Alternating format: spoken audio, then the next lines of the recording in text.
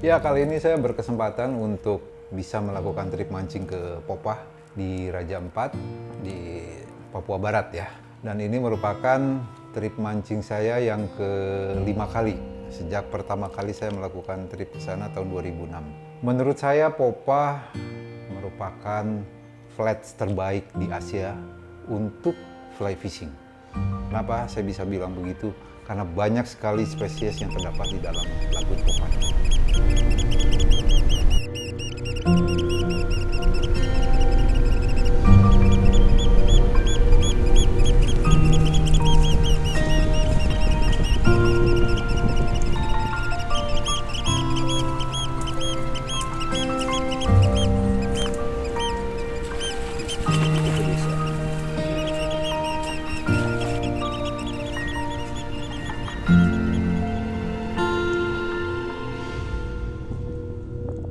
Boo is special for many reasons. It's very exotic and an adventurous place for me to go as a British fly fisherman. The island is still very natural. It's not spoiled at all. The fishing is quite interesting. Many species in quite a small area, and it's very fly fishing friendly location as well. We could mention all the fish that we catch there. Bonefish, like world-class bone fishing location. The triggerfish are amazing there, and there's always the chance. There's the chance of catching other special species. So it's an amazing place.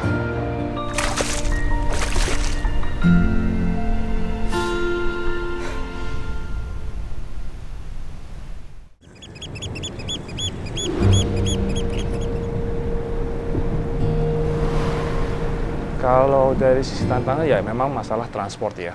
Transport ini memang tidak semudah yang kita kira. Jadi kita menggunakan kapal-kapal kayak VDC yang live aboard tuh, karena jangkauannya cukup jauh. Dan umumnya para angler itu maunya mereka itu tempat yang nyaman. Sehingga apa? Kita membutuhkan suatu live aboard yang memang bisa mengakomodir kebutuhan mereka.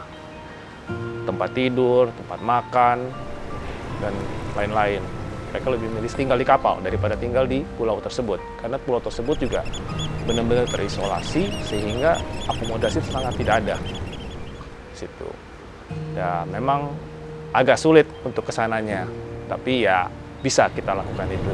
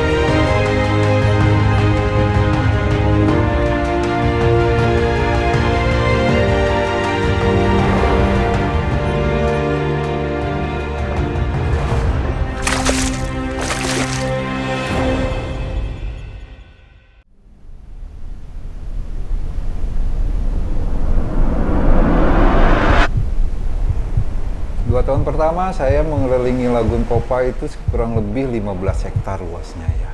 Itu dengan berjalan kaki. Tahun ketiga saya coba untuk menggunakan stand up paddleboard yang inflatable. Jadi ringkas, saya bisa packing masuk ke dalam perahu. Nah ternyata dengan menggunakan stand up paddleboard ini sangat sekali membantu aktivitas atau kegiatan saya memancing di tengah lagun ini. Yang mana visibility untuk melihat ikan itu jauh lebih mudah, karena posisi kita di atas air.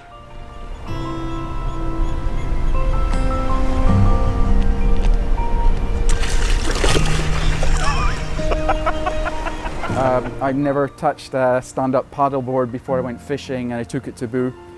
I would say it's a learning curve of 1 or 2 hours before you can stand up and paddle without falling in. And after a few days you become quite good, and it's quite good exercise. That said, it's still quite difficult to fish from the SAP. So mostly we use it for going from A to B.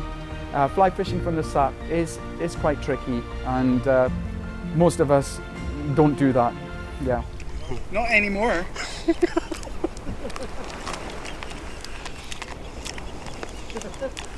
Saat itu sekitar jam 10 pagi ya. Saya ditemani Pak Ayub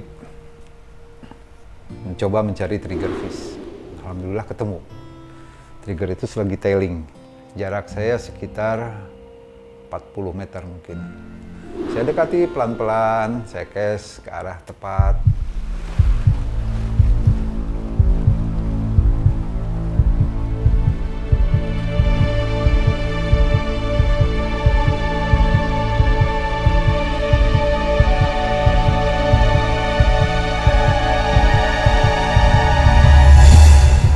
Alhamdulillah strike. Nah, strike-nya itu juga di jarak yang sangat sekali dekat. Ya, mungkin sekitar 2 atau 3 meter dari saya ikan itu nyamber umpan, nyamber flies. Nah, biasanya ikan nyamber itu kan larinya menjauh. Ini dia malah mendekati ke saya. Sehingga pada saat fly line itu ngumpul di dekat saya, itu menjadi kusut. Dan ketika ikan itu sudah dekat sekali dengan saya, baru dia lari menjauh.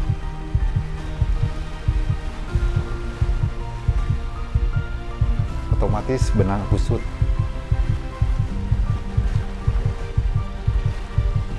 Dan itu yang menyebabkan putus.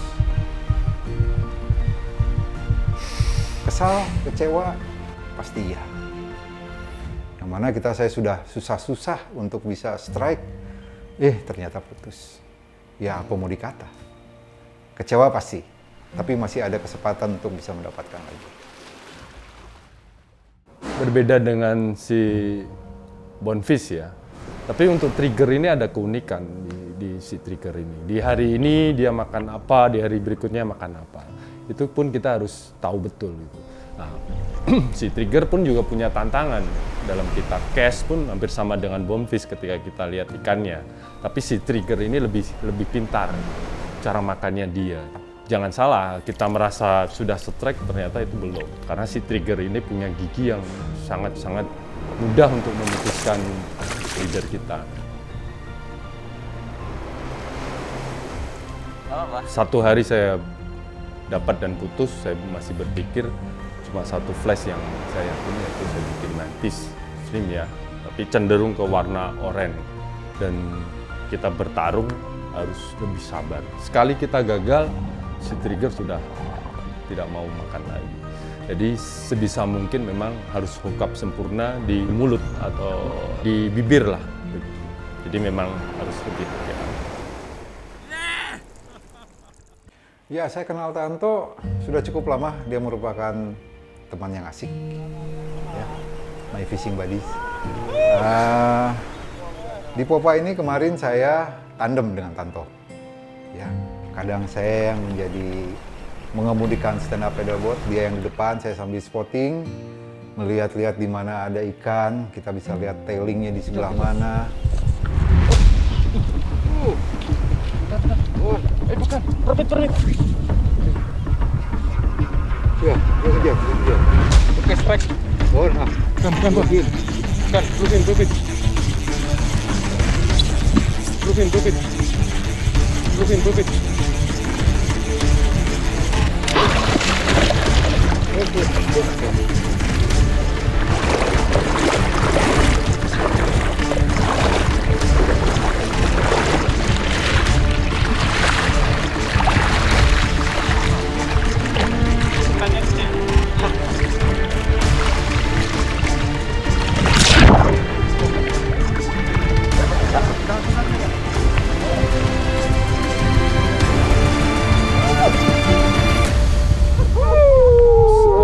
Seru sekali karena di flight itu kan luas.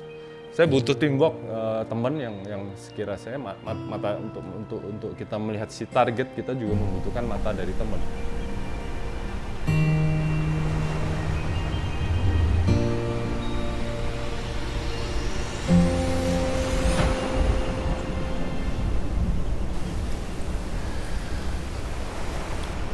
Luar biasa bisa ada kesempatan double strike, yang mana bukan ikan biasa. Salah satu target yang ingin saya dapatkan yaitu trigger fish. yellow margin kalau tidak salah. Pertama saya strike duluan. Pada saat tidak lama setelah itu, Tanto juga dapat strike juga, trigger. Jadi kami panik berdua. Bisa double strike, sementara landing net hanya satu. Bagaimana caranya supaya bisa dua-duanya berhasil untuk didapatkan. Keseruan itu mungkin suatu kejadian yang sangat langka bagi saya ya, karena bisa mendapatkan double strike yellow margin trigger fish. Senang, wah susah dibilang dengan kata-kata, suatu kesempatan yang sangat luar biasa.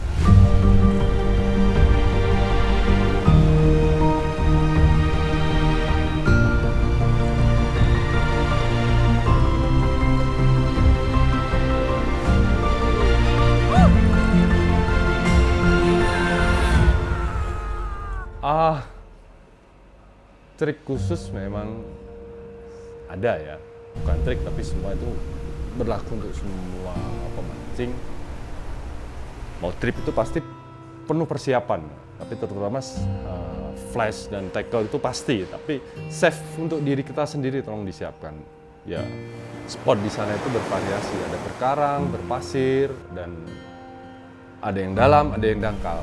Terutama ya sepatu, boot, ya memang ya setidaknya itu safe untuk si angler, dan sebisa mungkin juga memakai pakaian-pakaian yang memang dikhususkan untuk mancing.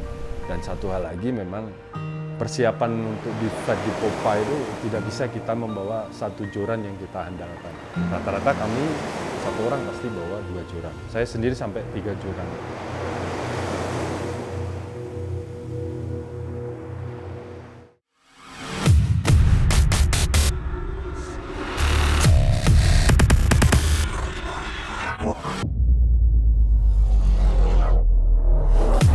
Nama saya Ayub, usia saya sudah umur 50 tahun.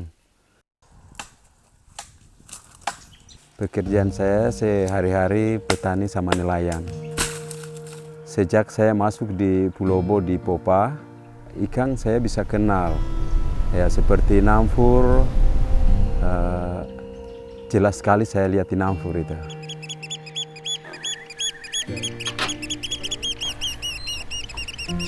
Dulunya saya tangkap inamfur itu saya pakai jaring.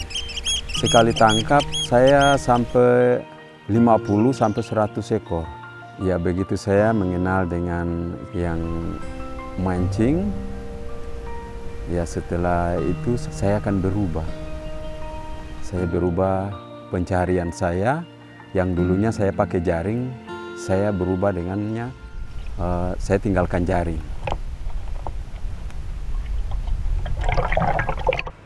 Wah, Ayub, saya pikir bapak terbaik bonfish khususnya di Popa. Kasih tunjuk. Besok masuknya di sini yang bonnya banyak juga di sini. Air tinggi. Dulu karena kita ke sana mengejar bonfish ya, tapi ternyata di Popa itu kita menemukan banyak spesies yang itu memang target fly fishing. Bapak Ayub ini sangat-sangat menjaga dan terutama dia berusaha penuh agar Popa itu tetap ada. Itu tuh luar biasa bagi Ayub. Nanti dari sini dulu masuk, karena sementara air surut, ikannya lagi keluar dari sana.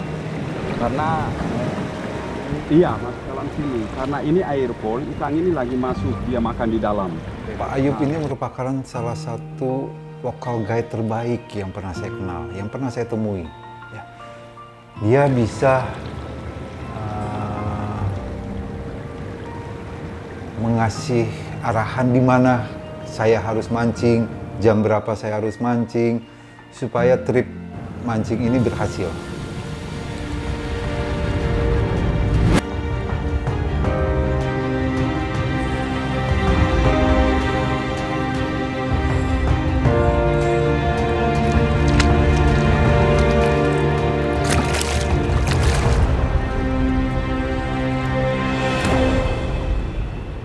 Sekarang saya melindungi ikan inamfur di Popa, saya lindunginya dengan saya pakai sasi, sehingga orang lain pun tidak akan lagi masuk untuk menjaring di dalam Popa. sehingga inangfuri ini dia berkembang di dalam popa sehingga yang tadinya mancing bisa mancing di dalam. Hingga dari situ saya bisa berikan petunjuk untuk orang kampung sehingga mereka tidak bisa menangkap ikan di dalam popa. Ya, saya sangat senang sekali ketika mengetahui ada suatu kearifan lokal yang diterapkan di sana yang disebut sasi, yaitu hukum adat yang melarang siapapun untuk menangkap ikan di situ untuk dikonsumsi dalam jumlah besar, sehingga ada periode-periode tertentu baru bisa dipanen. Ini suatu hal yang sangat positif menurut saya. Kenapa? Karena ikan di dalam sangat terjaga, ya, populasinya sangat terjaga. Dan jika sasi ini diterapkan, saya yakin 10, 20, 30 tahun ke depan, mungkin kelak nanti anak saya, cucu saya ingin mencoba merasakan bagaimana nikmatnya, bagaimana indahnya, bagaimana bagusnya pemandangan di popa, masih mempunyai kesempatan. Begitu juga generasi-generasi.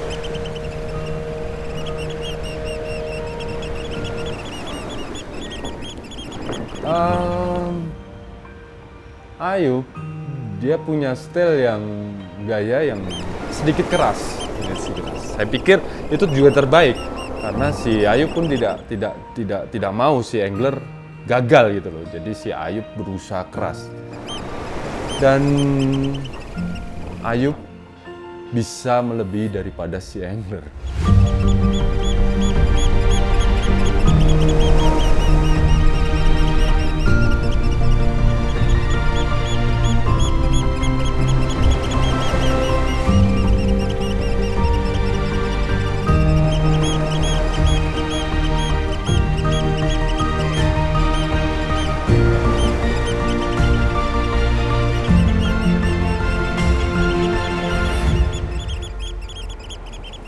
Ya, pesan saya kalau bisa yang sudah pernah datang mancing di popa bisa berikan petunjuk lagi yang ingin mau ke sini, bisa mereka juga tahu dan ingin bisa datang ke popa. Dan saya akan jamin untuk bisa kawali mereka di dalam popa untuk mereka mancing.